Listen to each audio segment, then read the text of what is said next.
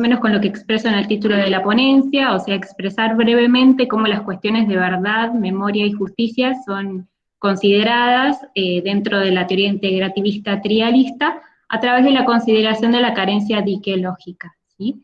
Yo creo que de alguna manera las temáticas elegidas para la jornada abren puertas para muchísimos temas, y entre ellos la idea de la función judicial, la idea de la humanidad, la paz, la seguridad, en los espacios de posconflicto, ¿sí? Y de alguna manera la teoría trialista intenta receptar esa historicidad, ¿sí? Ese conjunto, ese trama de temáticas a través de la carencia diquelógica. Como dice nuestro maestro Ciro Caldani, el centro de gravedad del mundo jurídico siempre está en el porvenir, pero de alguna manera los despliegues del tiempo siempre están vinculados, o sea que el presente en realidad es presente gracias a un pasado, y de alguna manera ese porvenir se va a transformar de alguna manera también en pasado en algún momento.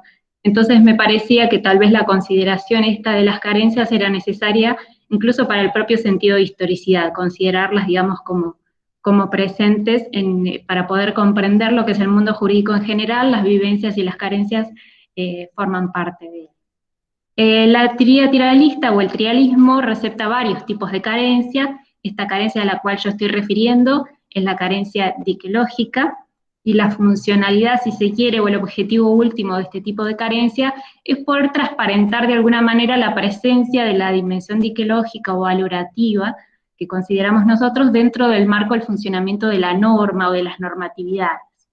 El funcionamiento de la norma lo consideramos como un procedimiento bastante extenso, complejo, si se quiere, a su vez, en el cual, digamos, hay un proceso de adjudicación judicial y culmina en una última instancia con la aplicación de la norma. Pero a su vez dentro de ello hay diferentes tareas que se van dando como procesos de ida y vuelta, no son pasos concatenados, sino que de alguna manera hay como una especie de dinámica creadora allí dentro, y esa dinámica es la que va a reflejar a su vez las tres dimensiones que nosotros consideramos de hecho, norma y valor. O sea que la propia complejidad del fenómeno jurídico no solo se observa en la resolución judicial, o sea, en la finalidad o el producto de ese funcionamiento de la norma, sino en el procedimiento mismo. Allí cabe hablar de carencias, ¿no es cierto? La carencia está, la ubicamos de alguna manera en la tarea de la elaboración, o sea, allí donde no hay norma, se declara, se produce la carencia, y por ende damos lugar a la idea de la elaboración de normas. Nosotros consideramos, como estoy referenciando, que hay aportes continuos que provienen de la realidad y de los valores. En este caso, la carencia diquelógica tiene un fuerte componente valorativo, ¿no es cierto? La carencia diquelógica se va a dar cuando aquella norma que resulte aplicable al caso, si bien existe la norma en sí misma, consideramos que no reúne los parámetros de justicia mínimos necesarios para ser aplicados. Entonces, de alguna manera, Goldschmidt, creador de la teoría trialista, nos dirá que quien debe hacer funcionar la norma la estima injusta y por ende la descarta o no la aplica, ¿sí? De alguna manera, la carencia de norma también se produce, es decir, que hay una declaración judicial, una producción de esa carencia, cosa que nosotros estimaríamos como lo que llamamos un reparto. O sea, que existe incluso un reparto mismo dentro de la producción de la carencia, más allá del procedimiento de aplicación normativa. Goldschmidt se ubica en torno a los valores desde un posicionamiento del realismo filosófico clásico, o sea que él consideraba que era posible hablar de una existencia de valores naturales objetivos, entre ellos el valor supremo justicia, y por el contrario, Ciro Caldani, nuestro maestro, se aparta un poco de esta consideración, y en realidad él se posiciona en un espacio un poco más afín al constructivismo, o sea, la idea de que los valores en sí mismos son entes ideales que son construidos con la intervención del ser humano. Si podemos ver, las diferentes posiciones en torno a la cuestión valorativa nos dan claramente a entender que es mucho más sencillo tal vez hablar de carencias psicológicas desde la concepción realista goldschmidtiana. Sin embargo, yo comparto la postura de nuestro maestro Ciro Caldani, que nos habla de esta idea de la construcción.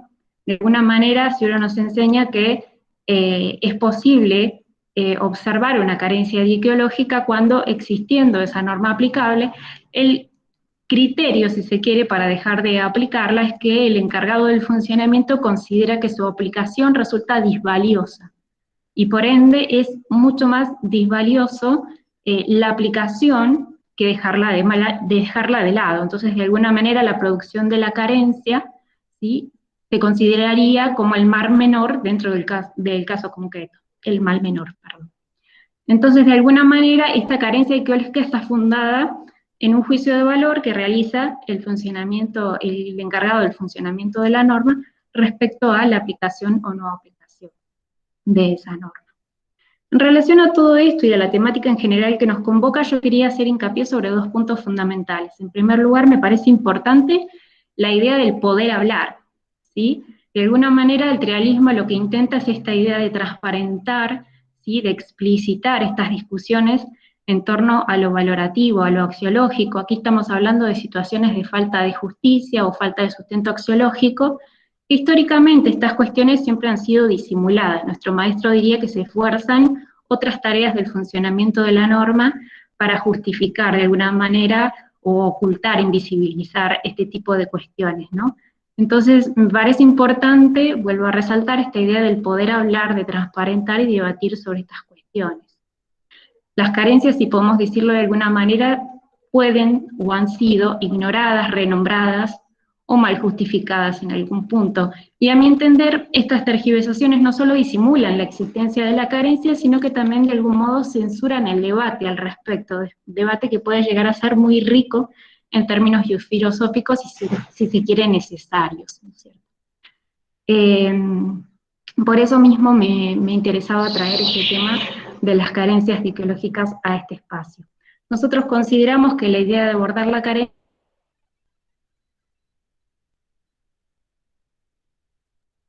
psicológicos y axiológicos, de alguna manera establecer una vinculación entre ellos.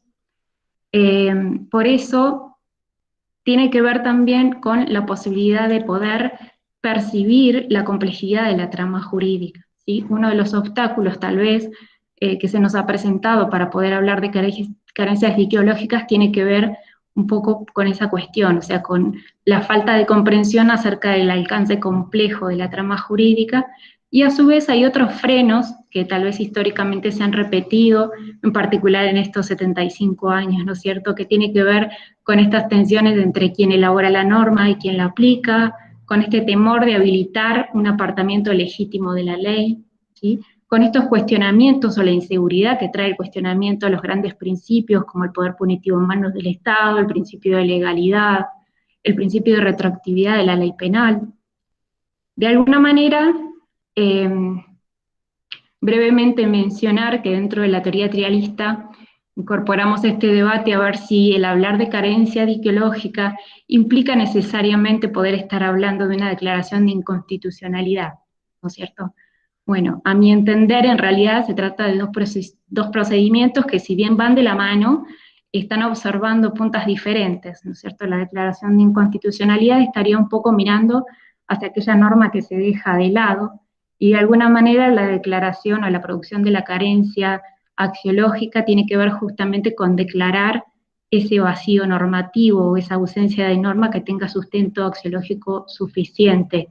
A mi entender, el mezclar, digamos, los dos procedimientos tiene un poco que ver también con esta idea de imposibilitar el debate, ¿no es cierto? Nos resulta mucho más sencillo, tal vez entre todos nosotros, poder estar conversando sobre declaraciones de inconstitucionalidad, y sin embargo puede resultar mucho más dificultoso ponernos a debatir o llegar a un acuerdo en relación a las carencias psicológicas por todas estas consideraciones valorativas que lleva detrás este tema, ¿no es cierto? Bueno, de alguna manera, desde la filosofía trialista, o al menos del modo que yo la comprendo, las carencias ideológicas entonces serían repartos especialmente fundados en los valores de humanidad y de justicia, con fundamentos axiológicos últimos del sistema jurídico, y que requieren necesariamente de un debate filosófico por todas estas cuestiones que vengo comentando. Por último, quisiera destacar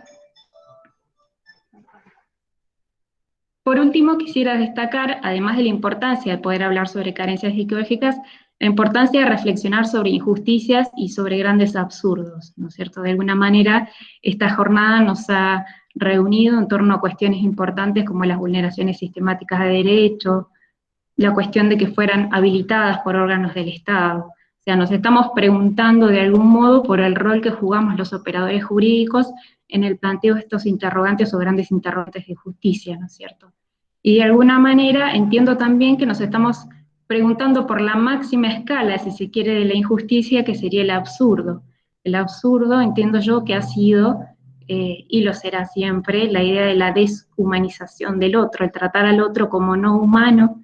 Creo que la temática de esta jornada lo expresa en su mayor visión, y de alguna manera me parece a mí que justamente el utilizar el sistema jurídico como herramienta para perpetrar este tipo de cuestiones ha sido el absurdo máximo, porque de alguna manera el mundo jurídico en sí mismo está funcionando en base a la protección de la vida humana. Entonces, de alguna manera es como justamente contradecir ese propio sentido, ¿no es cierto?, de lo que es el ámbito de lo jurídico.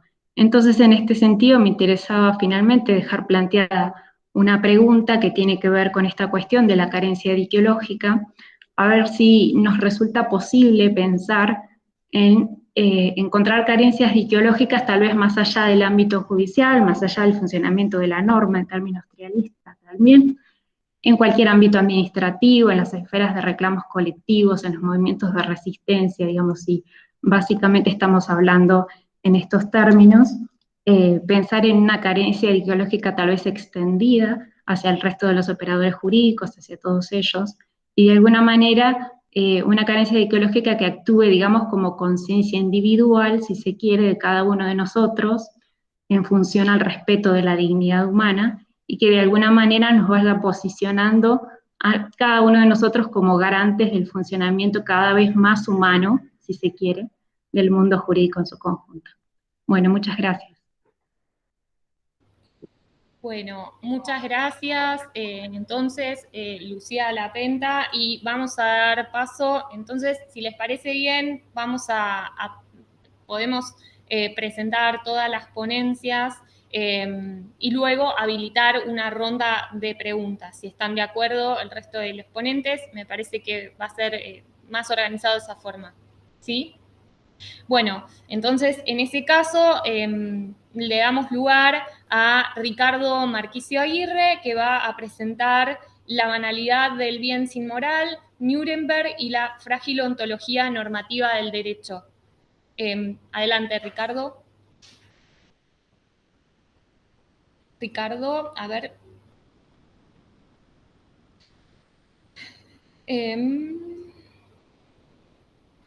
Tal vez está con... No lo veo entre los conectados, tal vez esté con alguna demora. Sí, es probable que tenga alguna dificultad. Por eso, entonces, Antonio, ahí te veo que estás. Antonio, si te parece bien, continuamos con tu ponencia. Antonio Mesa León va a presentar las lecciones de Nuremberg para el cosmopolitismo jurídico. Adelante, Antonio, te cedo la palabra.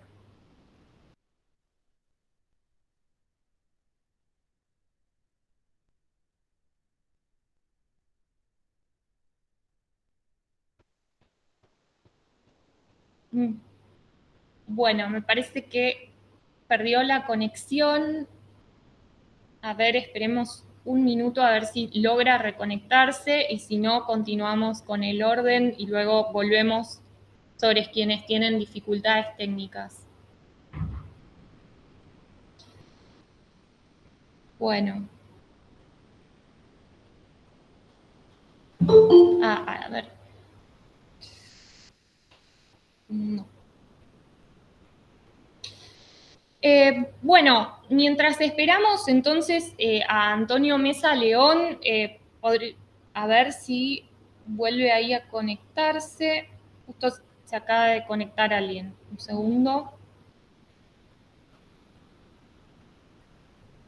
Bueno, sepan que esta modalidad no bimodal es nueva, pueden surgir estas cuestiones. Pero como no lo veo, entonces podríamos pasar a la ponencia de Juan Bautista Echeverri. Si estás de acuerdo, Juan Bautista, continuamos con tu ponencia y luego volvemos, ¿sí?, con el orden.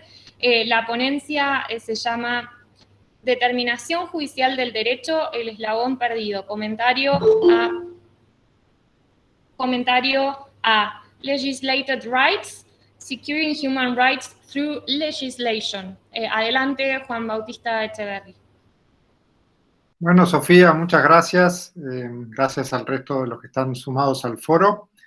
Bueno, en realidad voy a hacer una exposición breve donde voy a contar principalmente las tesis centrales de este libro, que me interesó mucho porque trata sobre la determinación judicial del derecho o el papel de las legislaturas y de los tribunales en la especificación de los derechos. Y después, como el tiempo es breve, voy a mencionar como unas puntas de lo que serían mis críticas y propuestas, digamos, ¿no? Acabo de terminar de escribir un comentario sobre este libro, que es relativamente nuevo, y bueno, tenía ganas de compartirlo en este espacio, digamos, ¿no?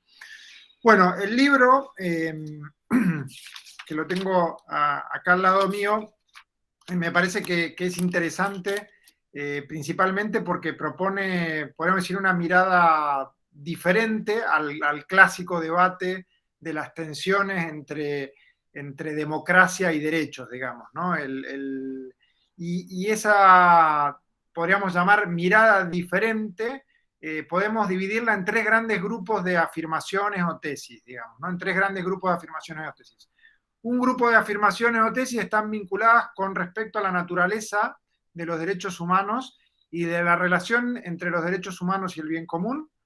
El segundo grupo de tesis está vinculado con respecto a la naturaleza de las legislaturas, cómo entienden a las legislaturas. Y el tercer grupo de tesis está vinculado con respecto a lo que consideran la naturaleza de los tribunales, o cómo entienden la función de los órganos o los agentes que adjudican derechos en situaciones concretas, digamos, ¿no? Entonces, vamos a empezar, si les parece, por el primer grupo de tesis, que tiene que ver con respecto a la naturaleza de los derechos humanos y de su relación con el bien común. Lo primero que afirman es que ellos no entienden a los derechos humanos como, o no los caracterizan como intereses jurídicamente protegidos de forma tal que pueden oponerse entre sí o contra el interés público, sino que en cambio ellos proponen entenderlos como relaciones justas entre personas. Esa es la definición que dan, relaciones justas entre personas, digamos, ¿no? E incluso afirman que la técnica de recogerlos como principios, como valores, con la fórmula todos tienen derecho a, y lo que siga, digamos, para ellos adolece de una serie de inconvenientes que necesitan ser suplidos o remediados. Dicen, esta fórmula de incorporar derechos de esta manera oscurece que los derechos se componen de relaciones justas entre personas centradas en un actuar.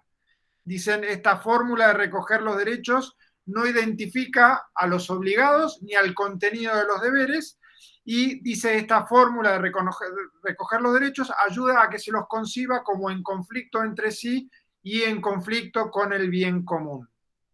En cambio, proponen ellos, sugieren considerar a los derechos humanos como una parte constitutiva del bien común y considerar a su vez al bien común como un conjunto de condiciones que permitirían a los miembros de una comunidad su realización, digamos, ¿no?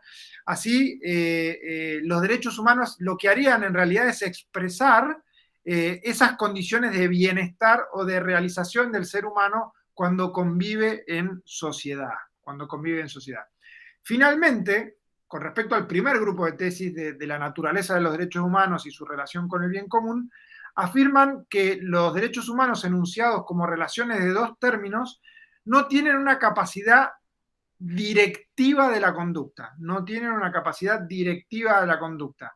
serían autoejecutables y sostienen, por eso este tipo de derechos requieren de que la legislación los especifique para que estos derechos logren guiar la conducta, Entonces, primer grupo de afirmaciones con respecto a la naturaleza de los derechos humanos y con respecto a su relación con el bien común. Segundo grupo de tesis, tesis relacionadas con respecto a la naturaleza de las legislaturas.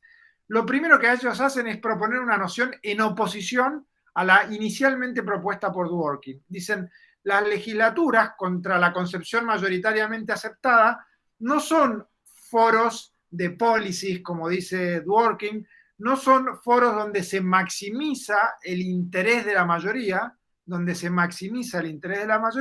sino que en realidad, dicen estos autores, son foros donde se discute lo más conveniente a la sociedad basándose en razones y en principios. ¿Se acuerdan que Dworkin había diferenciado a las legislaturas como foros de policies y a los tribunales como foros de principles, de principios y razones, digamos, ¿no? Bueno, ellos se oponen a esa noción.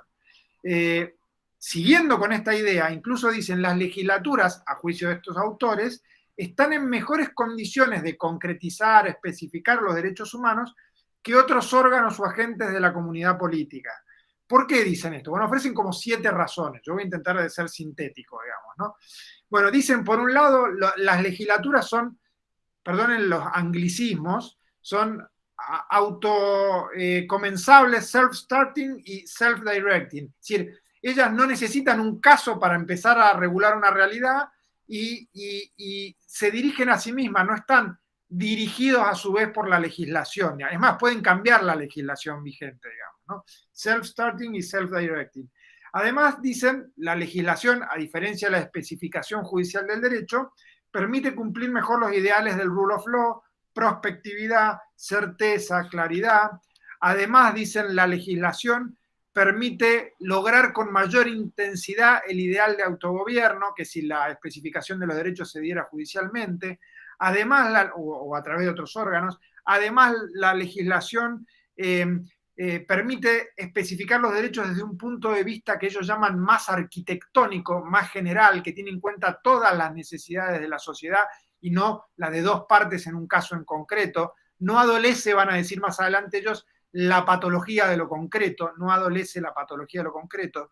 Bueno, además dice, gracias a la legislación se puede limitar la discreción de otros órganos del Estado y finalmente sostienen que gracias a la legislación los órganos judiciales pueden cumplir mejor su función de resolver los conflictos, digamos, ¿no? Y dan 4 razones de por qué esto es así. Dicen, gracias a la legislación, los jueces pueden resolver problemas muy complejos de una manera más sencilla, es decir, problemas morales y políticos muy complejos de una manera más sencilla aplicando la legislación. Gracias a la legislación, dice, los tribunales evitan estar sometidos a fuertes presiones sociales, digamos, ¿no? Dicen, gracias a la legislación, los tribunales pueden morigerar sus pasiones, los jueces pueden morigerar sus pasiones porque están orientados por las leyes. Gracias a la legislación, los tribunales cuando deciden se benefician de la legitimidad democrática de esa legislación en la que fundan sus decisiones, digamos, ¿no? Bueno, fíjense, acá tenemos un segundo paquete de tesis o afirmaciones que tienen que ver con respecto a la naturaleza de las legislaturas. Habría un tercer grupo de afirmaciones que ahora tiene que ver con respecto a la naturaleza de los tribunales y de la capacidad que tienen en algunas comunidades políticas de ejercer el control judicial de constitucionalidad, o como lo llaman los anglosajones, la judicial review, digamos, la revisión judicial, digamos, ¿no? Bien, con respecto a esto, dicen 2 o 3 cosas, digamos, ¿no? Lo primero que dicen es que muchos de los argumentos en favor de que los tribunales cumplan esa función de revisión judicial de la legislación están basados en una noción incorrecta de la naturaleza de las legislaturas. En concreto, vuelven a meterse con Dworkin, cuya tesis central para defender el control judicial de constitucionalidad es la independencia y la imparcialidad de los tribunales. Y ellos dicen, el argumento de la independencia y de la imparcialidad se funda en creer que las legislaturas naturalmente tienden a maximizar los intereses de la mayoría y que por lo tanto es necesario un órgano tercero que proteja a las minorías de la tiranía de las mayorías, Pero si uno tiene una noción de la naturaleza de la legislatura diferente, este argumento pierde intensidad. En segundo lugar afirman con respecto a la naturaleza de los tribunales, que si los tribunales ejercen ese control de constitucionalidad de la legislación, probablemente no van a poder aprovechar todos los beneficios que le ofrece la legislación. Y esos beneficios ya los vimos. Les simplifica los problemas, les ayuda a quitar presión social cuando deciden, limita sus pasiones, les da como si fuera un empujón de legitimidad por fundarse en decisiones tomadas por una legislatura democráticamente legitimada, ofrece prospectividad, certeza y claridad a los justiciables, favorece el ideal de autogobierno dentro de la comunidad política y evita que se tomen decisiones generales teniendo en cuenta solo los problemas de dos partes y no las necesidades de toda la sociedad completa, digamos, ¿no? Bueno, con esto habría algunos argumentos más, obviamente, el libro tiene unas 250 páginas, pero con esto tendríamos los tres grandes grupos de tesis afirmados.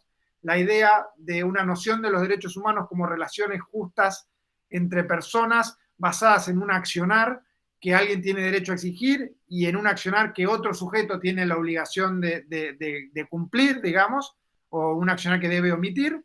Esa, digamos, concepción de los derechos humanos no sería contrario al bien común, porque en el fondo los derechos humanos no serían otra cosa que hacer expresiones concretas de las condiciones de bienestar o realización que conforma el bien común.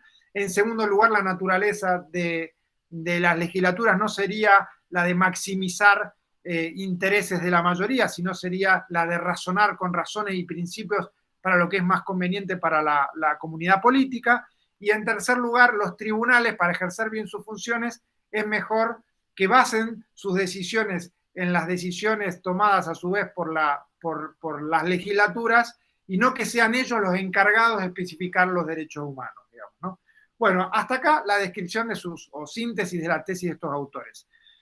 ¿Cuál es mi crítica con respecto a lo que ellos proponen, digamos? Ya estoy más de 10 minutos, así que le voy a decir 3 líneas y lo discutimos en las preguntas, si es que hay preguntas, digamos, ¿no?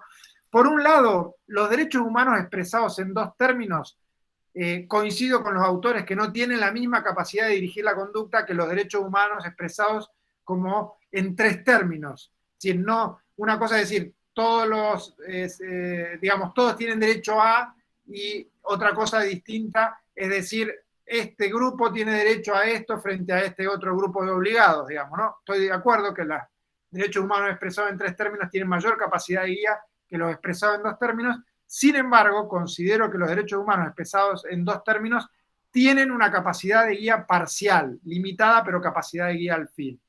En segundo lugar, creo que las legislaturas, rescato parte de la idea de que no son meros lugares donde se maximizan los intereses, pero considero que son un lugar que se cumplen ambos roles. Por un lado, se razona con principios y razones, en contra de lo que originariamente pensó Dworkin, pero en segundo lugar, para razonar con principios y razones también se tienen en cuenta los intereses y las necesidades de la comunidad política concreta.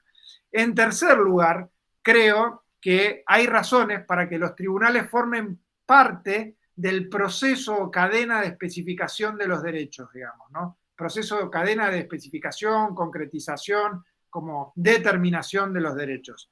Por un lado, porque la legislación no logra cumplir completamente ese rol de especificación y concretización. Lucía nos hablaba de uno de los tantos problemas que tiene la legislación, que lo podríamos llamar, creo yo, lagunas axiológicas también, digamos, pero tiene muchos otros, otro tipo de lagunas, antinomias, etcétera, vaguedades en la forma en que se expresa y demás. Y en esos casos pareciera que al tribunal no le queda más remedio, e incluso que es algo bueno que el tribunal sea que intervenga en esos casos, concretizando esos derechos que la legislación no ha terminado de concretizar o especificar.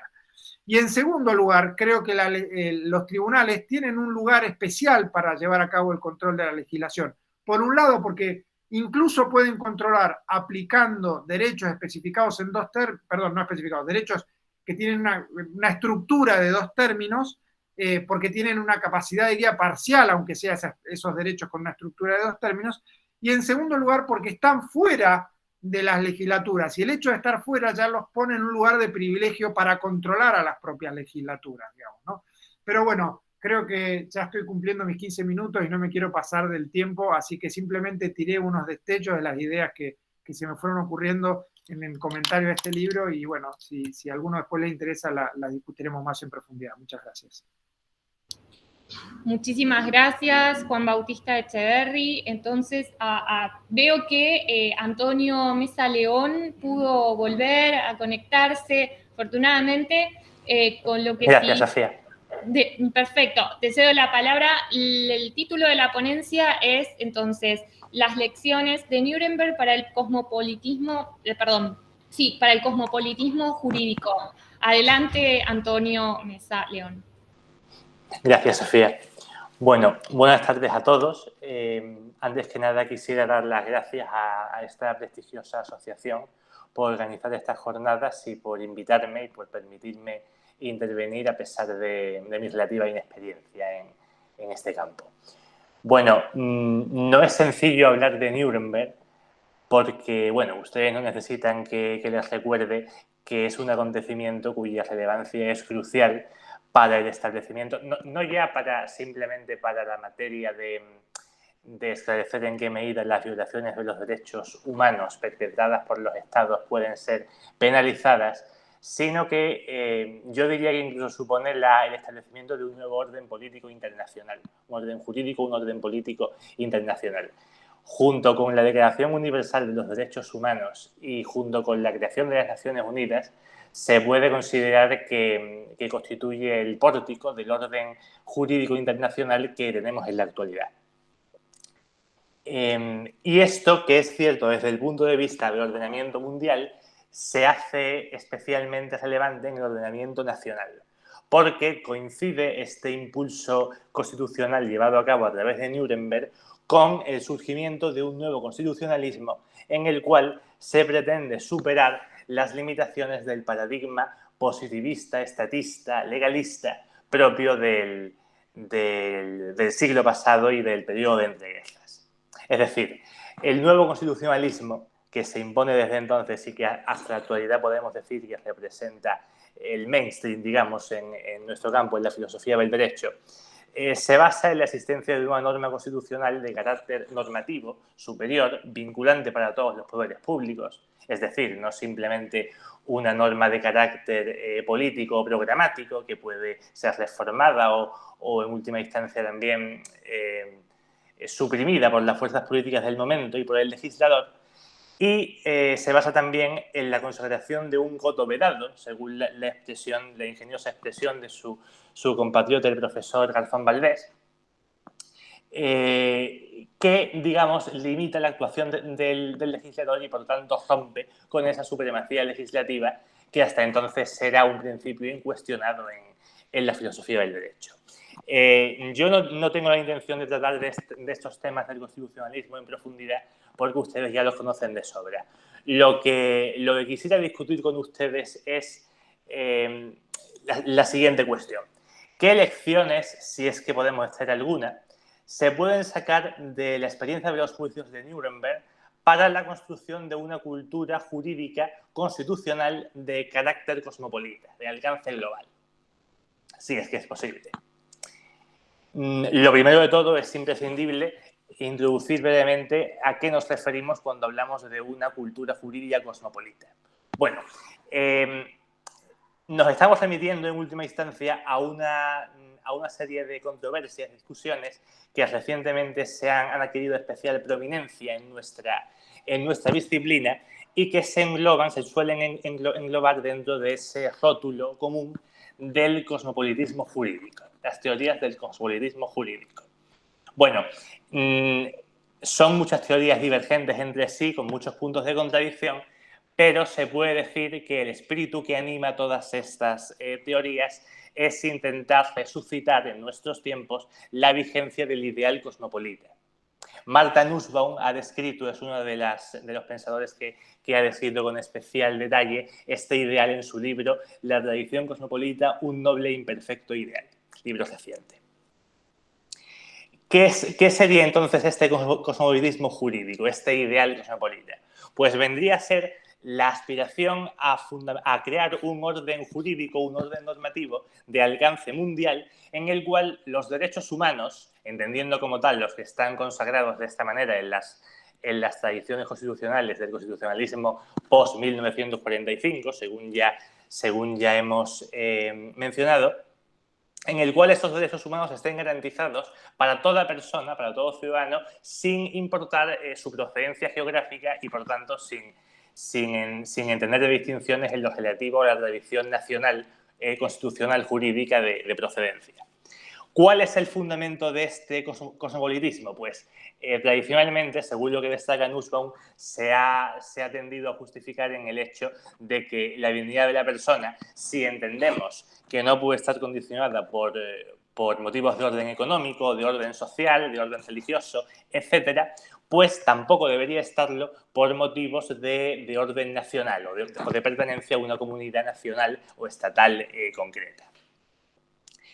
Esto tiene implicaciones muy relevantes tanto en el orden político como en el orden económico. En el orden político, el hecho de que los derechos humanos sean considerados la piedra de toque de la legitimidad del sistema implica relativizar, no marginar, pero sí relativizar hasta cierto punto todas estas controversias sobre los poderes legítimos y los poderes soberanos que de alguna medida siguen en el núcleo del derecho internacional en nuestros días.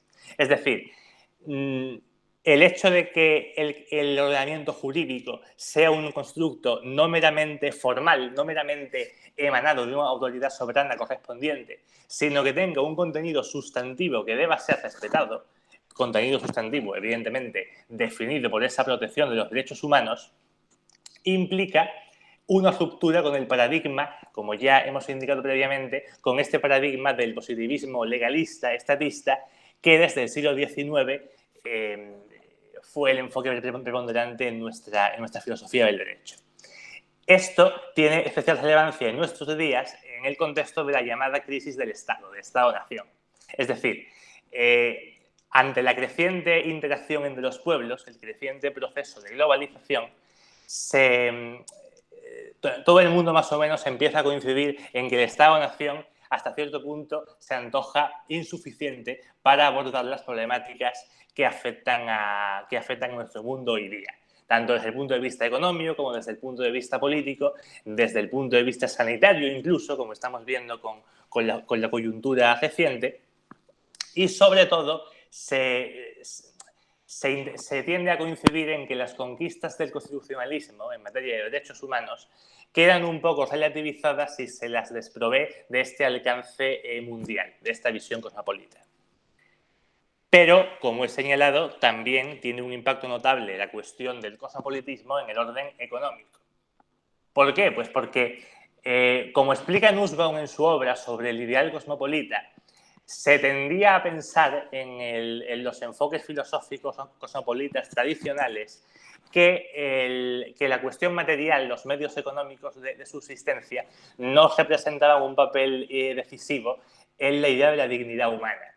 Esto se hacía por razones de tipo, razones muy justificadas, que eran que no se trasladara la impresión de que el rico, digamos, aquel que disponía de mayores medios, disponía de una dignidad superior a la del más desfavorecido. Pero, como explica Nussbaum, sin la existencia de un nivel mínimo de bienestar social, pues la dignidad humana se convierte en una proclama meramente formal, sin ningún contenido sustantivo. Esto, que ya se había utilizado en el pasado para justificar los derechos sociales, frente a la visión característica del primer Estado liberal, esto supone globalizar este principio.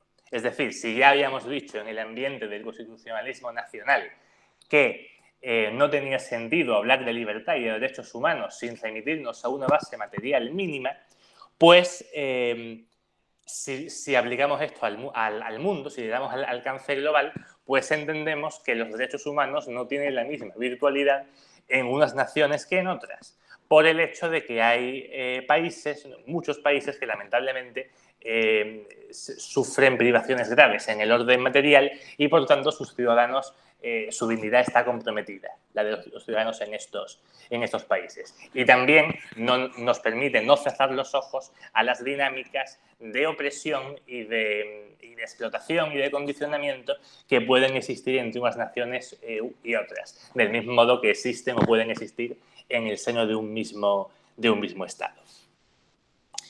La cuestión es de qué manera puede contribuir la experiencia de Nuremberg a fortalecer este impulso cosmopolita reciente por articular esta cultura jurídica de alcance global. Bueno, yo destaco meramente dos grandes ideas o dos líneas de investigación que podrían explorarse en relación con esta cuestión. Una primera idea de orden práctico, pero no por ello menos relevante.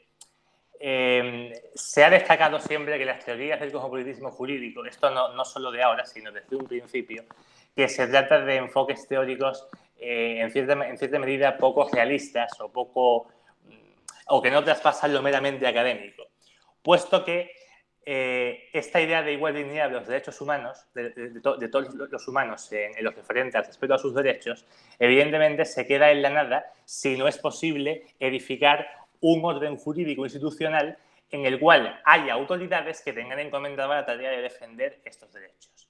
Esto que en el orden nacional es evidente porque siguen existiendo los estados, en el orden internacional pues no es tan evidente.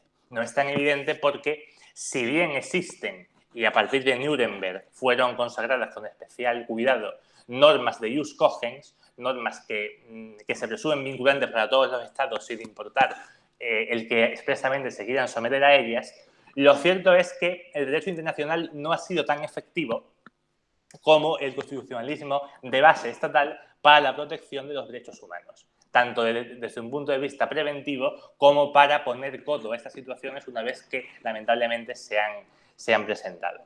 Por tanto, la conclusión sería que existe un cierto hueco en la discusión del constitucionalismo cosmopolita en lo referente a la articulación institucional. Aquí hay muchas aproximaciones, yo no tengo tiempo de entrar en ellas.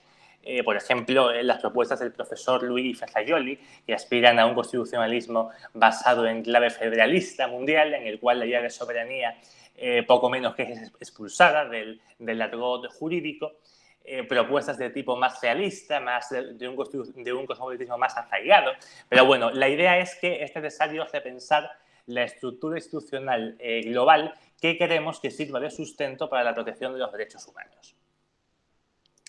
Y Nuremberg en este sentido es relevante para esta pregunta, porque en los juicios de Nuremberg, a pesar de que se trata de una experiencia hasta cierto punto excepcional, porque hablamos de una guerra y evidentemente no es la situación normal, Nuremberg no es meramente un tribunal militar, un tribunal de guerra, y no es un tribunal que aplique meramente un derecho, un derecho de guerra, un derecho de represalia al estilo de las antiguas guerras del siglo XIX o del siglo XVIII. No, aplica principios del derecho que se entienden con vocación universal. Es decir, cabe la posibilidad de que existan instituciones que apliquen estos principios y que además están respaldadas por la fuerza coercitiva, que es lo que en muchos casos en el derecho internacional encontramos que falta un poco por concretar. La pregunta referente a esta cuestión es en qué medida se exige o no la superación de los estados-nación. Porque, como he dicho, hay algunos enfoques que entienden que este ordenamiento institucional debería ser un ordenamiento que se construya sin referencia a ninguna noción de soberanía nacional previa. Bueno, yo tengo para mí que es una vía más realista pretender construir esta cultura jurídica cosmopolita, no mediante la supresión de los estados-nación, sino mediante un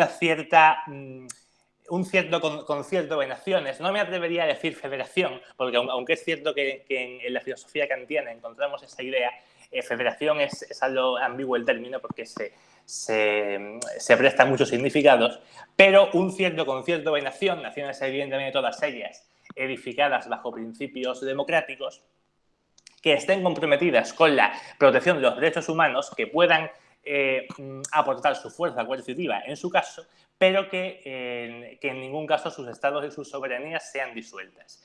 Y al final explicaré un poco por qué entiendo que esto es más productivo. La segunda lección, como he dicho, la segunda idea fundamental que yo quería tratar con ustedes ya es de carácter eminentemente teórico, académico. El régimen político que se exige para que el constitucionalismo sea más que un ideal, en general los autores tienden a coincidir en que se trata de un régimen edificado según los principios del constitucionalismo moderno, pero aún así los autores han sido bastante parcos en cuanto a su delineamiento. Han dicho que tiene que ser un Estado democrático, un Estado basado en la Declaración Universal de los Derechos Humanos. Bueno, pero la cuestión es que hay un intento, una cierta cautela por caer en una suerte de imperialismo democrático, es decir, en una postura en la cual al amparo de los derechos humanos sean suprimidos o sean en última instancia derrocados ciertos regímenes sobre la base de que no se corresponden con estos principios, en una lógica más de tipo de imposición de unos países a otros. Esto es una prevención notable, pero a mi juicio yo creo que en efecto hay ordenamientos jurídicos que con esta óptica constitucionalista serían ilegítimos. Y lo vemos el caso más claro en el Estado nacionalsocialista. El Estado nazi era un Estado que, desde el punto de vista jurídico positivo, jurídico formalista, era legal. Era legal, aunque sus principios no fueran compartidos por otros estados, pero en principio, según los criterios clásicos de soberanía, era un estado tan soberano como cualquier otro. Y sin embargo, en Nuremberg no se sometió a discusión meramente los actos de unos líderes o de unos altos mandos concretos, sino la propia base jurídica axiológica del derecho nacional socialista, lo cual nos puede llevar a pensar que esta operación puede ser trasladable a muchos otros ordenamientos jurídicos aún existentes en la actualidad. Antonio, esto evidentemente es una... ¿Te puedo pedir que vayas redondeando? Sí, dos apuntes simplemente. Bueno, estas son las dos líneas principales, simplemente señalar que lo que he señalado antes de la soberanía es importante porque incluyendo la soberanía en la construcción teórica del cosmogonismo jurídico, permitimos que los pueblos del mundo se impliquen y edifiquen en un enfoque bottom-up su propia contribución a esta construcción. Y no caigamos de este modo en un imperialismo de unos pueblos sobre otros que, bajo la máscara de intereses oscuros, quiere imponer esta supuesta democracia global. Y bueno, ese es un peligro que deberíamos tener presente. Y nada más, siendo salirme del tiempo, gracias por su atención. Muchísimas gracias. Bien, entonces vamos a pasar ahora a la ponencia de Juan Sebastián Orso. Ahí te veo, Juan Sebastián Orso, que se llama Totalitarismo normativo, una defensa del positivismo frente al deber de obediencia absoluto. Adelante, te cedo la palabra. Bueno, buenas tardes a todos y a todas. Muchas gracias a la Asociación Argentina de Filosofía del Derecho por la oportunidad de exponer una muy breve ponencia en una materia que considero está relacionada, por lo menos indirectamente, con los juicios de Nuremberg. Y por supuesto también gracias por hacerlo con estimados colegas, que también agradezco por las brillantes disertaciones que tuvieron. Y bueno, también agradecer a Sofía Aguilar por la conducción del panel. Bueno, yo como introducción breve haría dos preguntas, ¿no? ¿Cuál es el límite de obediencia al derecho? ¿Podemos acaso exigirle obediencia desde el punto de vista del derecho a una persona que quiere saltar las vallas de un campo de concentración? Bueno, la respuesta, por supuesto que es no. Pero el positivismo jurídico, en algunas oportunidades, quizá desde la escuela que se la considera contraria, desde el justnaturalismo, ha sido acusado de no poder dar una respuesta a esas preguntas, o en caso de dar una respuesta, de que el límite de obediencia al derecho parecería absoluto, puesto que si el derecho no tiene una conexión necesaria con la moral, entonces el único criterio que se tiene para juzgarlo, para ver si se debe obedecer o no a ese derecho, es el mismo criterio para juzgar si el derecho es válido o no. Es decir, el positivismo jurídico en muchas oportunidades ha sido acusado de ser positivismo ideológico.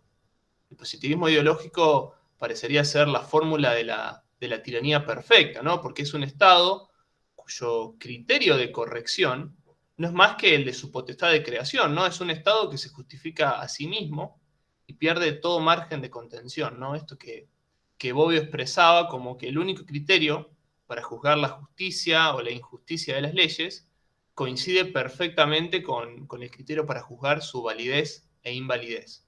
Su validez o invalidez.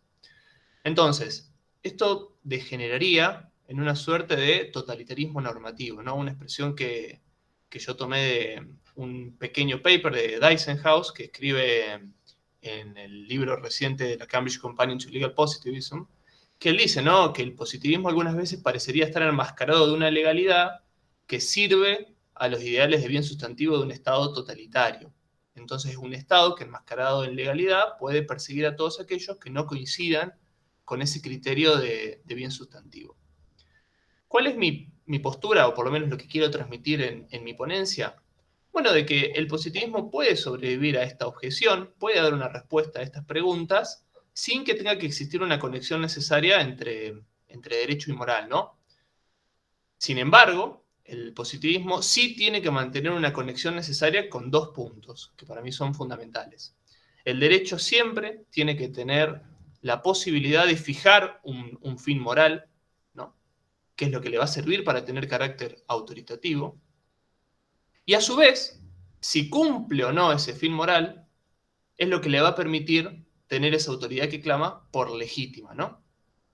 En este juzgamiento que nosotros hacemos de ese fin moral que el derecho clama, y ver si cumple o no conforme a estándares de legitimidad, es que podremos decidir si le podemos poner un límite a la autoridad, respondiendo sí a la pregunta de si verdaderamente el positivismo le pone o no un límite al derecho.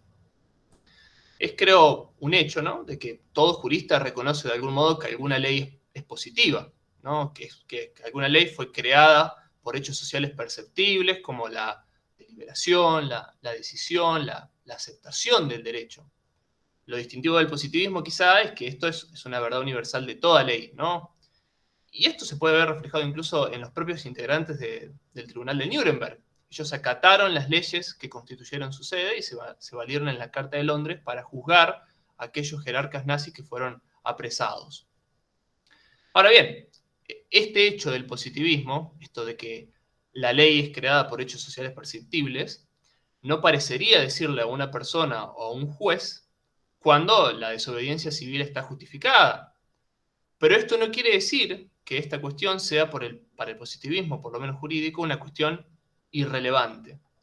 Porque el positivismo, incluso aquellos regímenes que resultan absolutamente injustos y aberrantes, permite esto, permite la identificación del derecho.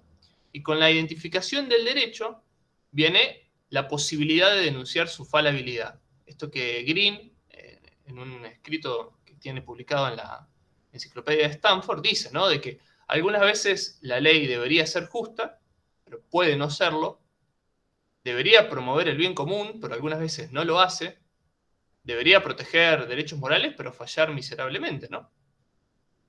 Bueno, entonces, si la facticidad hace el derecho según el positivismo, entonces para saber quién tiene autoridad, tenemos que ir a la fuente, ¿no? ¿Quién tiene la fuente para crear ese derecho válido en base a los hechos sociales perceptibles, ¿no? La única manera de identificar esa autoridad, entonces, es prestarle atención a su origen, ¿no?, a los hechos sociales que hicieron de ese legislador el primer legislador, ¿no? Y vamos a ver que cuando nosotros detectamos qué hizo de este legislador el primer legislador y qué le permite dictar derecho válido, vamos a ver que muy probablemente ese derecho va a apelar sobre valores para imponer ciertos derechos y obligaciones, con los riesgos que eso conlleva, ¿no? Este derecho que apela a ciertos valores para imponer derechos y obligaciones, aún en los regímenes más aberrantes, ¿debe ser obedecido a toda costa? Bueno, la respuesta es que no. ¿Por qué? Porque el derecho tiene que, para ser autoritativo, prestar razones que resultan independientes a nuestras razones personales, ¿no? Y es precisamente por eso que nosotros podemos identificar esos criterios de corrección oficiales que el derecho clama y nunca agotar las razones que nosotros tenemos para obedecerlo o no, ¿no? aun cuando, por supuesto, todo Estado disponga los medios de violencia para evitar esa desobediencia, pero bueno, esa es otra cuestión, ¿no? O sea, el positivismo nuevamente sirve a esta función de identificación, herramienta fundamental que nosotros tenemos para juzgar esa falabilidad, sin que todavía hayamos clamado que existe una conexión moral necesaria. Y mi punto es que, tomando un poco a ras, es que el positivismo ni siquiera puede contentarse con esto. El positivismo tiene que dar un paso más allá. El positivismo no puede decir que la única diferencia entre un régimen moral injusto y uno justo es solo moral, ¿no? O sea, ¿qué tiene para agregar sobre los regímenes legales entonces el positivismo? Y bueno, el positivismo lo que tiene que demostrar también es que el derecho atenta o busca un fin moral. Y cuando no logra satisfacer ese fin moral, entonces falla como derecho, ¿no? Y esto es lo que nos permite distinguir un sistema legal de un territorio controlado por una organización criminal, ¿no? ¿Qué diferencia un sistema legal de una mafia que controla un territorio? Bueno, de que el derecho tiene la pretensión de clamar autoridad legítima. Y esa legitimidad nosotros la juzgamos en base a si cumple o no con este fin moral. Y esto quiere decir, en definitiva, que nosotros como ciudadanos, y los jueces también, por invitación legal o no, vamos a tener siempre la posibilidad de cuestionar las directivas del derecho bajo otros supuestos. Y que podamos cuestionarlas y que se genere una desobediencia de estos cuestionamientos no quiere decir que estemos socavando el derecho como tal y su validez. Porque lo estamos identificando justamente para eso, para criticarlo, ¿no? Hay una cita que yo pongo en mi ponencia, que es la de Scott Shapiro, que la pone en su libro Legality, que dice, ¿no?, que es parte de la naturaleza del derecho tener un objetivo moral, mientras que al mismo tiempo el positivismo puede admitir que si ese incumplimiento de ese objetivo moral ocurre, eso no tiene por qué socavar la identidad del derecho como tal. O sea, los sistemas injustos tienen las propiedades que los hacen sistemas legales, ¿no? De hecho, el régimen nacional socialista era reconocido por las otras naciones, mucho antes, ¿no?, de que desencadenara en regímenes aberrantes, pero aún así, ¿no? O sea, es importante tener en mente esta función de identificación del derecho para que las cosas sean lo que son y no otra cuestión. ¿De qué depende? Y ya voy cerrando, porque soy el último y no quiero pasarme de mi tiempo. ¿De qué depende entonces esta legitimidad que el derecho clama para ser autoritativo y para mostrarnos a nosotros algún horizonte sobre la obediencia o no del derecho? Bueno, tenemos tres alternativas. Una primera postura parecería indicar que, bueno, que ese fin moral que el derecho clama debe limitarse a no socavar las tareas del Estado, lo cual es un fin moral peligroso, difuso y posterior, porque nosotros no podemos juzgar cómo el Estado va a aplicar un fin moral si justamente ese fin moral consiste en no socavar sus propias tareas. Una segunda postura sostiene que ese fin moral debe ser un fin justo, democrático, republicano, es decir, características que hoy encontramos en algunas de nuestras constituciones. Y si bien este fin moral es loable y es mejor que el derecho así lo clame, también hoy en día encontramos regímenes que hacen estos clamores y resultan aberrantes, o por lo menos tienen prácticas que resultan aberrantes. Para mí la solución la podemos encontrar en el hecho de que el fin moral que ese derecho clama es un ideal, que nosotros como ciudadanos tenemos el derecho, y en algunos casos el deber, de criticar en los hechos concretos. Y al criticarlos en los hechos concretos, podemos determinar si existe una desobediencia o no a ocurrir, y allí será donde esas normas jurídicas, por una desobediencia generalizada, pueden perder su estatus de derecho. Entonces, la separación del derecho y la moral, como conclusión, no es un obstáculo para que se exija un criterio de corrección a la autoridad. Eso es todo y muchas gracias. Muy bien, muchas gracias. Vamos a ver entonces si Ricardo Marquicio Aguirre no se encuentra. Debe haber tenido algún inconveniente. Entonces, finalmente, bueno, teníamos previsto otro orden de las ponencias, pero como comenzamos un poco con algún inconveniente técnico que yo había tenido, cambiamos el orden. Así que bueno, yo también voy a presentar una ponencia, así que voy a tomar 10 minutos para ello. Brevemente voy a presentar el tema y luego pasamos a la ronda de preguntas, tanto de los asistentes como de los propios panelistas. A ver, un segundo, voy a cambiar el diseño. Creo que ahí está en foco.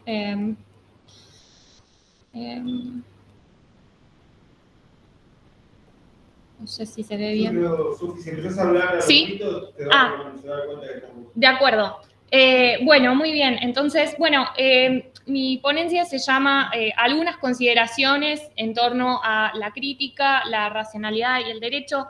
Brevemente, entonces, por ahí lo que yo quisiera señalar es que, digamos, no solamente con los juicios de Nuremberg, sino previamente, ¿no? Este tema que nos convoca, digamos, que está vinculado a los juicios de Nuremberg, que son, digamos, las aberraciones cometidas, ¿no? Durante la Segunda Guerra Mundial, estas tremendas violaciones a los derechos humanos implicaron también, digamos, una repregunta en torno a algo que, digamos, si bien no se había, no es que no se había tematizado hasta ese entonces, creo que no con la fuerza que, por lo menos en el campo de la filosofía, adquirió, ¿no? esta discusión después de la Segunda Guerra Mundial, que es la pregunta por la posibilidad de los excesos que pueden implicar ciertos usos de la racionalidad, ¿no? Entonces, en ese sentido, me parece, digamos, que la literatura es clara en que, por lo menos para las perspectivas críticas en la filosofía en general, hubo un quiebre, ¿no?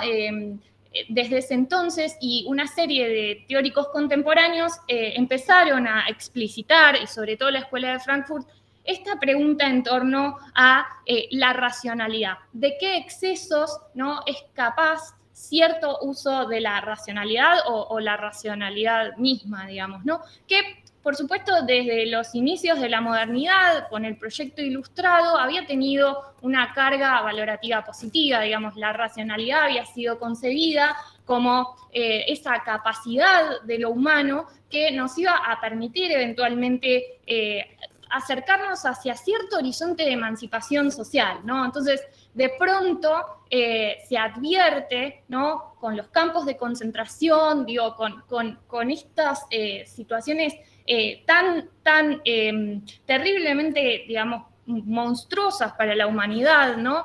Que, digamos, que habían sido realizadas, digamos, a partir de cierto uso, al menos, de la racionalidad, o eso es por lo menos, digamos, lo que luego se va a tematizar, ¿no? Entonces, la filosofía contemporánea a partir de la Segunda Guerra Mundial no puede dejar de preguntarse, o por lo menos, como decía, la crítica en la filosofía contemporánea no puede dejar de preguntarse por esto, ¿no? Digamos, por cómo la racionalidad no solamente tendría cierto potencial en torno a la emancipación, podría conducirnos a resolver algunos de nuestros problemas entre los seres humanos, a desarrollar la técnica que promueva, ¿no?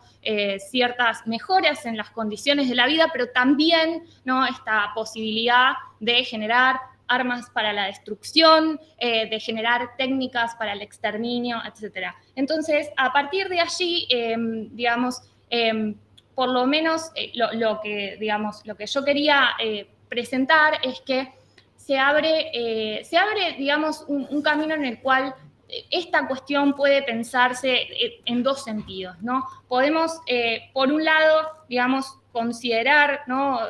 La racionalidad como completamente problemática, ¿no? Desde esta mirada desencantada, y en ese sentido es, digamos, bueno, yo he trabajado dos autores que tienen dos posiciones distintas, ¿no? Como señalaba un poco en mi ponencia. Por un lado, Habermas, y por el otro lado a Michel Foucault. En algún punto Michel Foucault mantiene, ¿no?, esta mirada completamente sospechosa, ¿no?, de la racionalidad y se dedica, ¿no?, a continuar radicalizando, ¿no?, la crítica en torno a la racionalidad y sus excesos y sus problemas y digamos, esta relación entre el saber y el poder. Pero Habermas, que es deudor de la Escuela de Frankfurt, intenta salvar en alguna medida, ¿no?, la racionalidad, y entonces ahí aparece su distinción entre racionalidad instrumental y racionalidad comunicativa. El asunto es que, digamos, la forma en la cual nosotros entendamos la racionalidad en algún punto, digamos, si consideramos que digamos, existe algún tipo de uso de la racionalidad que todavía permita, ¿no?, como la emancipación, como es en el caso de Habermas, con su propuesta de la racionalidad comunicativa. Entonces, digamos, la forma en la cual vamos a conceptualizar o vamos a entender al derecho, digamos, va a ser distinta a si nosotros consideramos, ¿no?, a la racionalidad con esta mirada, si se quiere, más desencantada o más problematizante, ¿no?, digamos. Y en ese sentido, entonces, lo que yo quería plantear es que estas dos formas de entender la racionalidad, ¿no?, estos, digamos que igual son formas críticas, ¿no?, en el sentido de que las problematizan, solo que en un caso, si se quiere, hay una apuesta, ¿no?, a salvar algo de ese proyecto ilustrado, y en el otro hay una pretensión de corrosión mayor, podríamos decir. Bueno, digamos, tuvieron sus efectos en el campo de la filosofía del derecho y en particular en cómo concebimos al derecho, digamos. Sí, el derecho es una herramienta que, digamos, que se sirve de la racionalidad para permitirnos resolver los conflictos en cierto sentido que eventualmente, ¿no?, digamos, nos permita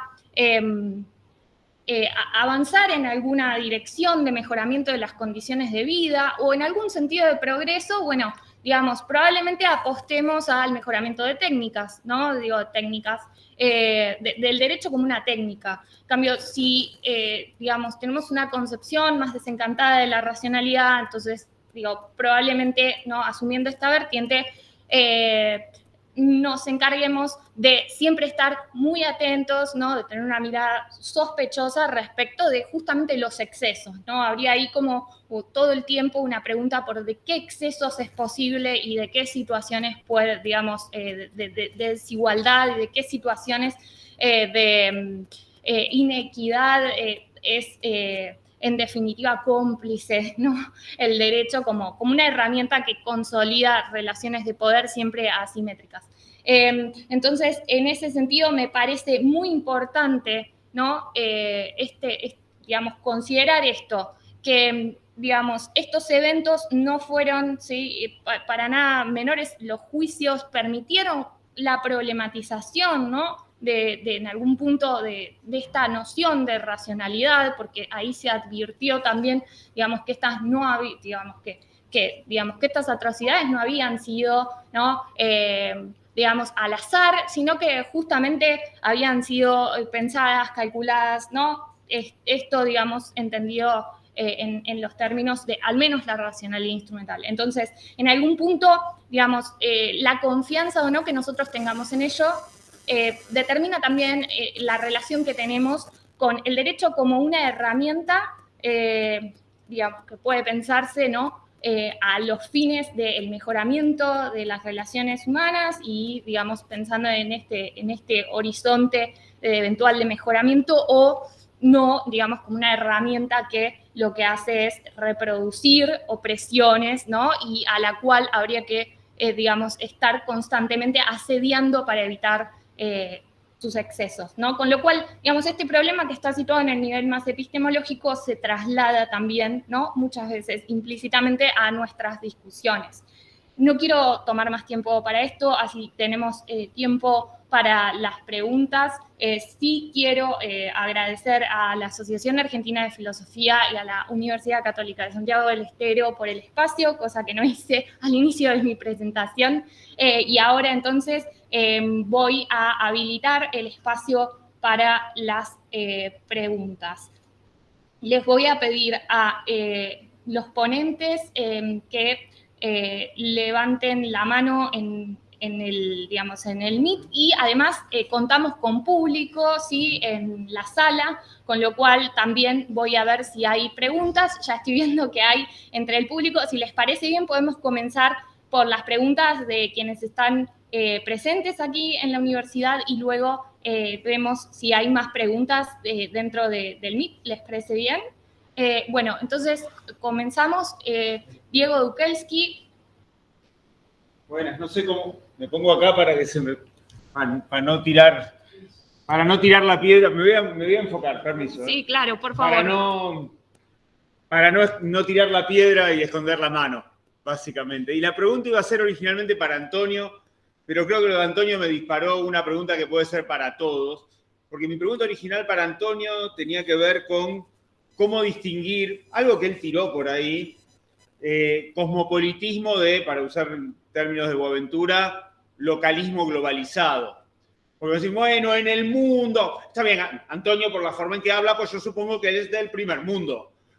Hombre, pero aquí abajo, el hambre sostenible, no quiero decir, ¿cuánto de esta visión universal de los derechos humanos no es una visión local impuesta? Y si no, deberíamos pensar en una construcción, en términos de Boaventura, multicultural, de un diálogo, una hermenéutica diatópica. ¿Qué posibilidades hay y acá es donde aparecen todos, sumar actores? Porque a mí me encantaría creer que lo que hacemos nosotros es tan importante.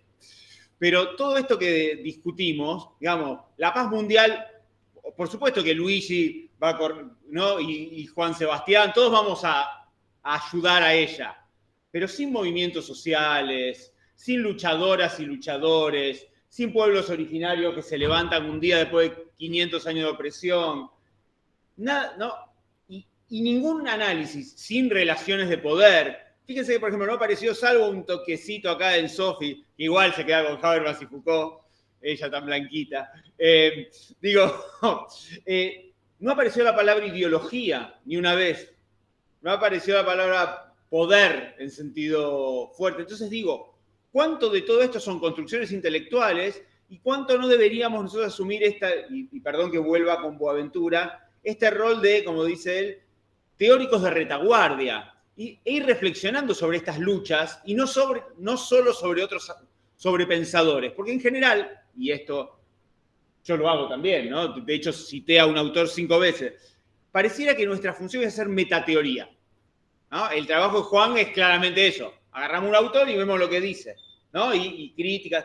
Pero lo que digo es, ¿tiene algún sentido todo esto en el impacto en ese mundo que queremos construir si no miramos lo que hay detrás de esas construcciones? Por ejemplo, los juicios de Nuremberg, las discusiones acerca de cómo se conforma el tribunal, la tensión entre genocidio, porque hoy, por ejemplo, Valeria habla de Lemkin, ¿no? Lemkin se llamaba este señor.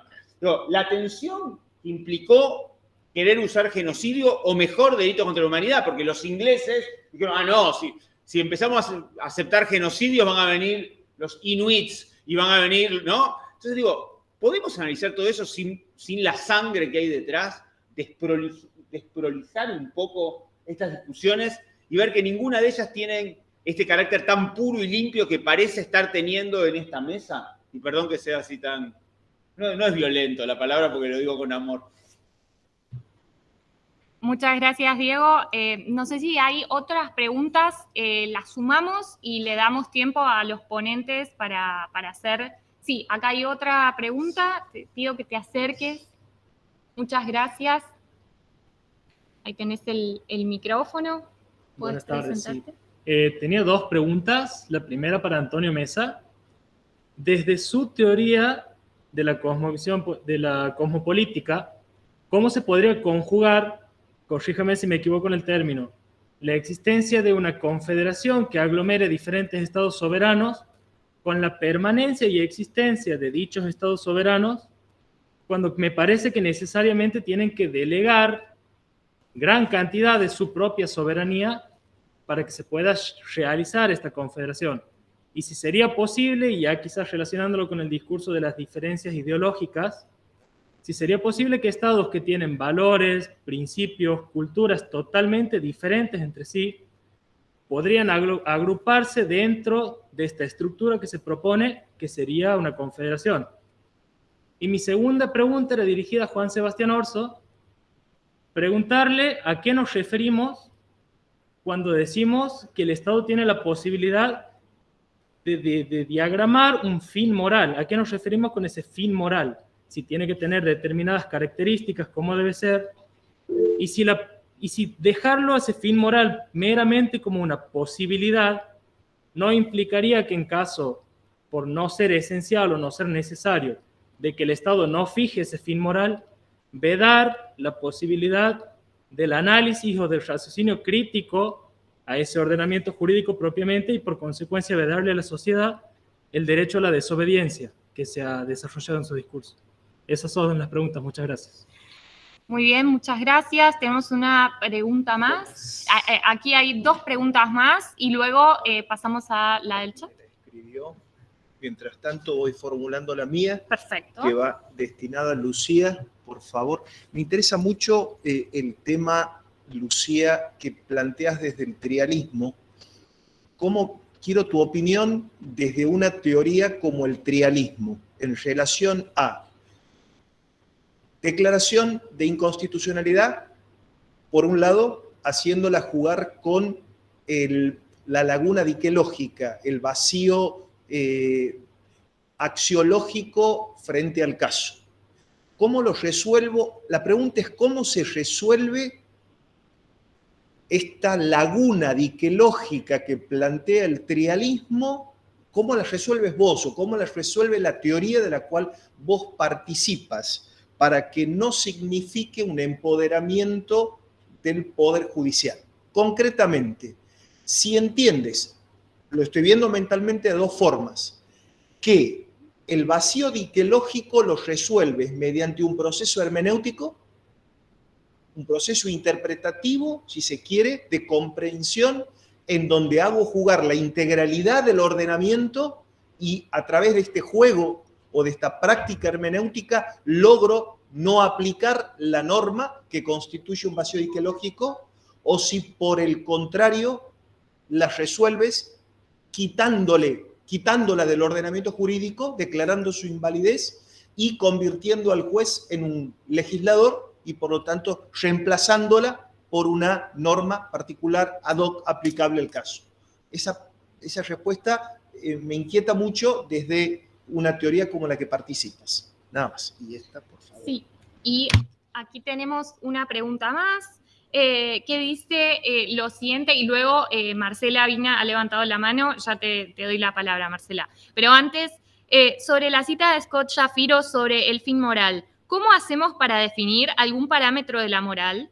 Ya que si uno analiza las razones del nacionalsocialismo, para ellos bien podría ser su fin moral. Es decir, creo que deberíamos encontrar un parámetro objetivo, ya que si es subjetivo, ellos bien podrían decir que lo era. Y por último, al menos por lo que veo, tenemos un segundo, Marcela Vigna había levantado la mano, te dejo formular la pregunta, y luego Eduardo Magoja.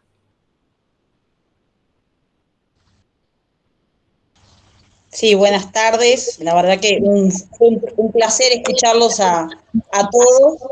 En realidad uno tendría una pregunta, me parece que para cada uno, pero voy a hacer 2 breves. Para Juan Bautista, cuando hablaba del planteamiento del texto de estos autores, que me pareció sumamente interesante, después me gustaría saber un poco más. Buscaré el texto, que realmente no lo conozco.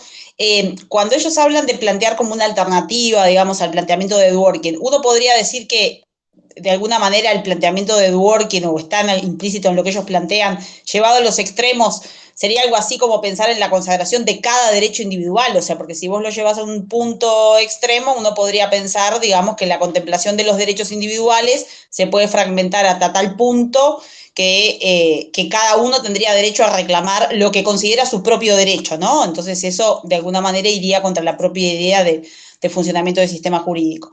Y después, en lo que planteaba Juan Sebastián, que hablaba en algún momento entre la relación entre moral y derecho, digo, obviamente me quedó la duda de dónde saldría ese contenido de esa moral, digamos, con la que uno contrastaría el derecho o evaluaría, que estoy de acuerdo que obviamente siempre es como el juego antes, si no sabes cómo va a actuar el sistema, es imposible hacer una evaluación de eso, pero bueno, una vez puestos a evaluar, ¿de dónde saldrían los criterios? Felicitaciones a todos de nuevo y un placer haberlos escuchado. Muchas gracias. Y bueno, por último, la pregunta de Eduardo Magoja. Bueno, buenas tardes a todos. Primero que nada, los felicito. Una pregunta o dos para Juan Bautista y una pregunta para Sofía. Juan Bautista, que me pareció muy interesante la exposición en esas tesis que, por ejemplo, decías, gracias a la legislación se resuelven temas complejos y demás. Hay una que dice, gracias a la legislación se morigeran las pasiones de los jueces. Yo quería saber si estabas de acuerdo con la cuestión de limitar estrictamente y con mucha precisión la cuestión pasional o no, porque hay algunos autores que entienden que las pasiones juegan un rol cognitivo al momento de decidir.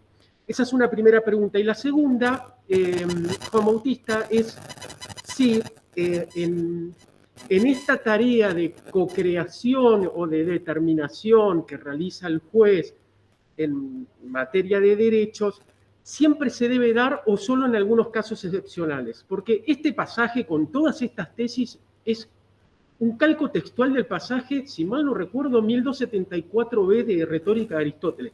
No lo certifiqué, pero es muy parecido. Y según como yo leo Aristóteles, él entendería que nada más en muy puntuales casos se tendría que dar la determinación y que cuanto el juez menos discrecionalidad tenga, mejor, y puntualmente por este tema de las pasiones.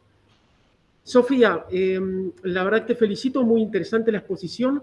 Quería preguntarte qué opinás de esta suerte de paradoja, por lo menos como lo veo yo y creo haberte entendido bien, es lo que resaltan los autores como mencionaba, Habermas, Foucault, y esto también está muy trabajado incluso por Heidegger, que habíamos hablado de Heidegger como el filósofo más importante del siglo XX, bueno, la racionalidad lleva a grandes problemas, pero también desde la propia racionalidad se sale de esos problemas. Y pienso, por ejemplo, incluso en el tema de la pandemia.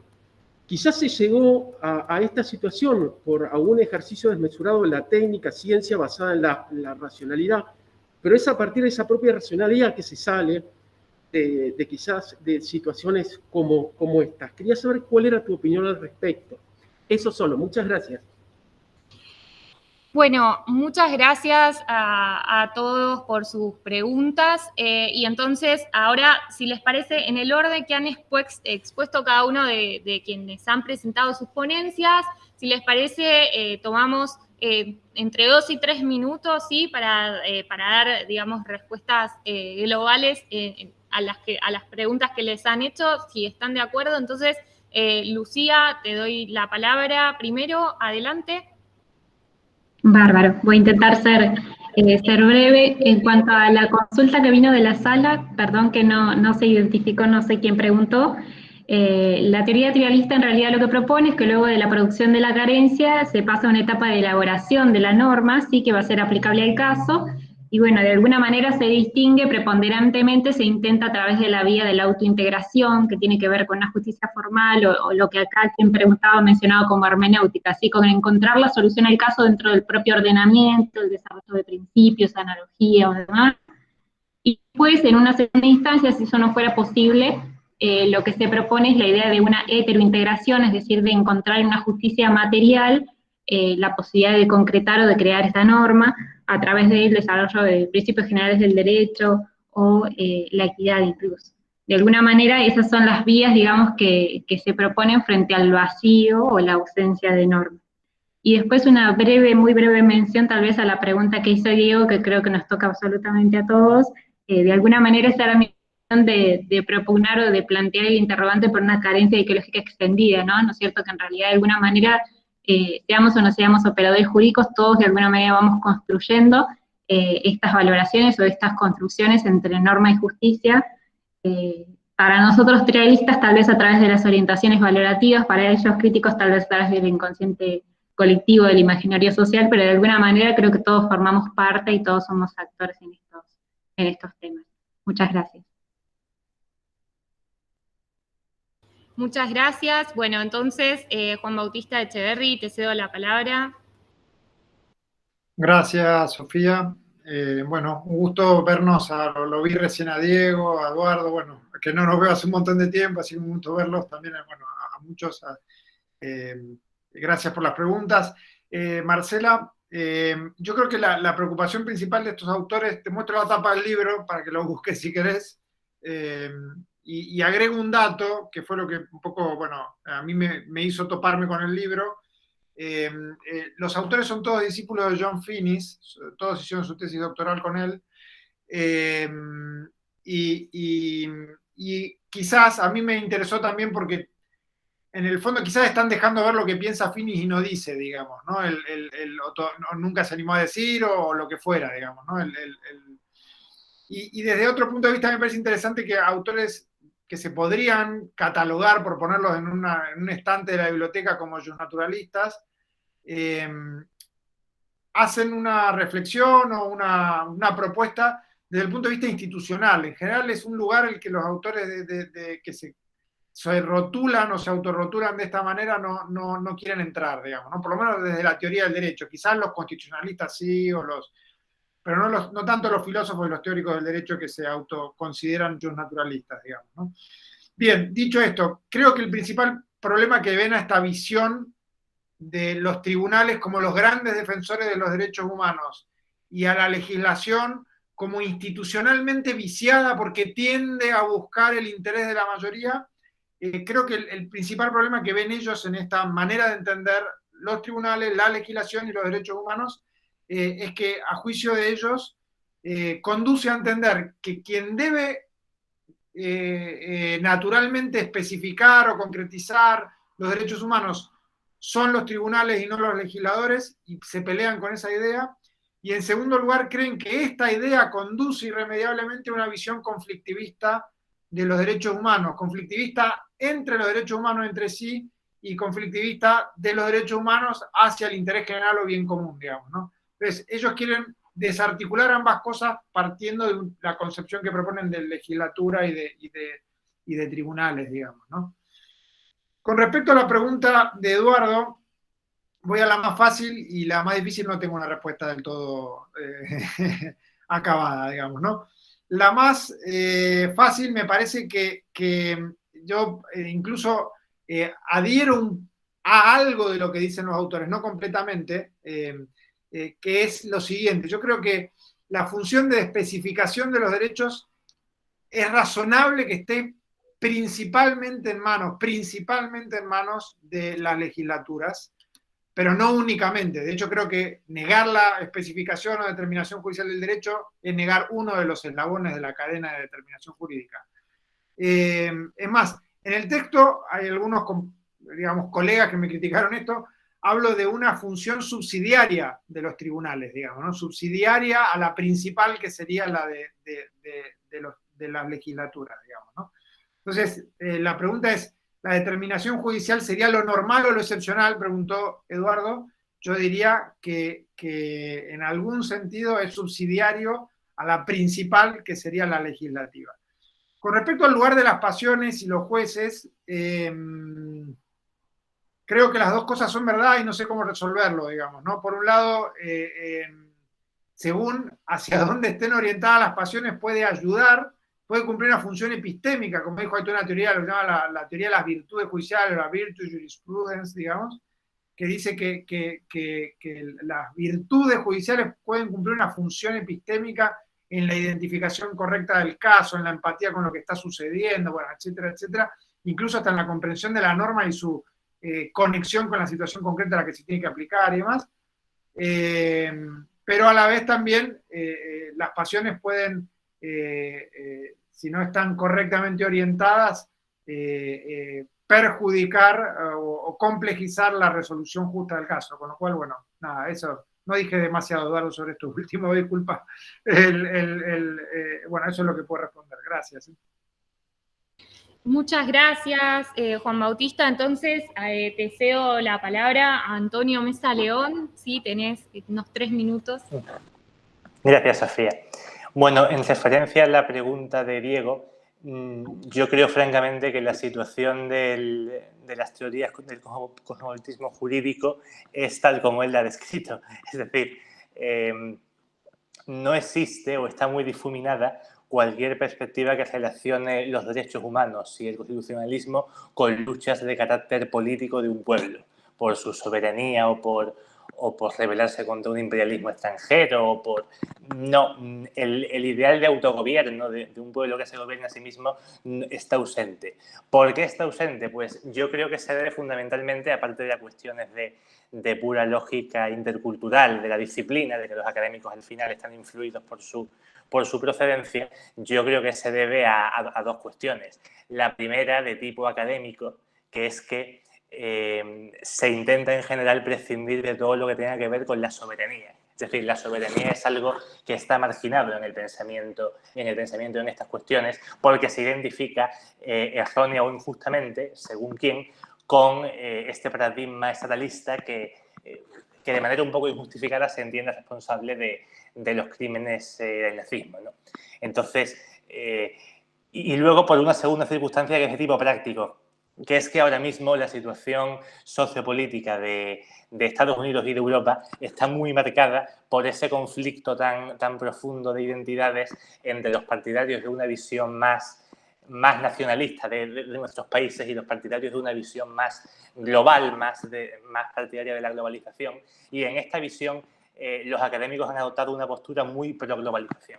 ¿Por qué? Porque de nuevo, en parte justificadamente y en parte quizá con cierta exageración, entienden que los otros enfoques se presentan un retroceso a episodios pasados de nuestra historia que no se quieran repetir de nuevo. Pero el resultado, ya sea por un motivo o por otro, es que efectivamente la perspectiva que ha señalado Diego está totalmente, bueno, no totalmente, pero en buena medida está ausente de las reflexiones sobre el cosmopolitismo. Y ello enlazo con la segunda cuestión. Yo no creo que sea posible una confederación de naciones en el sentido señalado por Kant y mucho menos en el sentido que señala Ferrajoli, que es una federación prácticamente. ¿Por qué? Porque, por lo que he dicho antes, es decir, no existe una interrelación o un diálogo entre diferentes tradiciones de diferentes partes del globo en este sentido. Lo que predomina es el paradigma que acabo de señalar, el paradigma del occidente, digamos, liberal democrático, ¿no? Entonces, es poco probable que a partir de un enfoque top-down, que a partir de organizaciones supranacionales y de una globalización muchas veces meramente económica, se logre ese tipo de proyectos. Por eso yo señalaba que lo más viable que veo yo es un concierto de naciones que se comprometan en defender unos mínimos a nivel internacional, pero eso es algo que tiene que salir de abajo, que tiene que salir de la ciudadanía, tiene que construirse a partir de las instituciones subsidiarias o de segundo nivel. A partir simplemente de conferencias internacionales, de declaraciones de la ONU y poco más, poco se va a avanzar en este sentido. Es triste, pero yo creo que la situación es esa, ahora mismo. Muy bien, muchas gracias, Antonio. Entonces, Juan Sebastián Orso, 3 minutos también, muchas gracias. Bueno, muchas gracias. A mí una pregunta que me hicieron es ¿a qué me refería cuando decía que el Estado tenía la posibilidad de diagramar un fin moral y si ese fin moral es esencial o no. O sea, la posibilidad del Estado de diagramar un fin moral es la formalización normativa del conjunto de valores y creencias que existen en una sociedad en un momento y tiempo determinado. A eso me refiero con la fijación de un fin moral, ¿no? Y creo que hay muchos ejemplos, ¿no? Nuestra propia Constitución, en el artículo 19, habla, ¿no?, de que las acciones privadas de los hombres que de ningún modo ofendan al orden y a la moral pública. Bueno, ahí el Estado está fijando un fin moral, se está fijando una meta. Lo mismo con la Constitución estadounidense, por ejemplo, la enmienda 4, cuando dice que las personas no podrán ser violadas en su domicilio en la medida que esa búsqueda no sea arbitraria. Bueno, ¿qué es ese fin moral de arbitrariedad, ¿no? Y quizá me expresé mal. Lo que quise decir es que el derecho tiene que fijar un fin moral, no lo deja librado a una posibilidad. Tiene que hacerlo porque, por lo menos desde mi punto de vista, en toda sociedad siempre existe una base moral mínima, pública, a los fines de que el derecho pueda existir como tal, de que pueda clamar como autoridad. Y eso demuestra, esto ya lo decía Hart para mí, ¿no?, de que la postura del positivismo de poder identificar el derecho sin necesidad de una conexión con la moral no significa que agote la pregunta sobre la obediencia a ese derecho, ¿no? Queda disponible. Queda disponible porque la conexión hacia ese fin moral es necesaria en cuanto a fijación, pero no significa que ese fin moral deba ser obedecido por la población o que lo obedezca válidamente, ¿no? Y bueno, después me hicieron otras dos preguntitas más que creo que están relacionadas, ¿no? Que esta gran pregunta, ¿cómo hacemos para definir un parámetro moral o si existe algo así como un parámetro moral objetivo? Que bueno, son preguntas que yo la verdad no tengo respuesta, no creo que exista un parámetro moral objetivo y es sano que así sea, ¿no? Porque la relatividad moral es lo que nos permitió a nosotros justamente superar el régimen nazi y plasmar desde el punto de vista moral en materia de convenciones lo que son los derechos humanos. Los derechos humanos son justamente realizaciones que nosotros hemos logrado, y en buena hora, ¿no?, positivizar a través de un sustento internacional que se oponía a esa determinada visión nazi. Y para cerrar acá la respuesta, me parece que también está un poco vinculado con una cuestión más fina del positivismo, que es el positivismo inclusivo y el positivismo excluyente. Creo que yo personalmente soy excluyente, porque decir que los jueces pueden incorporar moral mediante invitación legal es de algún modo reconocerle a los jueces de que ellos reconocen una moralidad verdadera. Cuando el positivismo excluyente en realidad lo que dice es que, bueno, si están incorporando moral, lo están haciendo porque ellos así lo deciden discrecionalmente. No están detectando de esa manera un parámetro objetivo que sea válido en todo tiempo y lugar. Así que les agradezco mucho las preguntas, espero haberlas respondido y cualquier cosa quedo a disposición. Gracias a todos. Bueno, muchísimas gracias.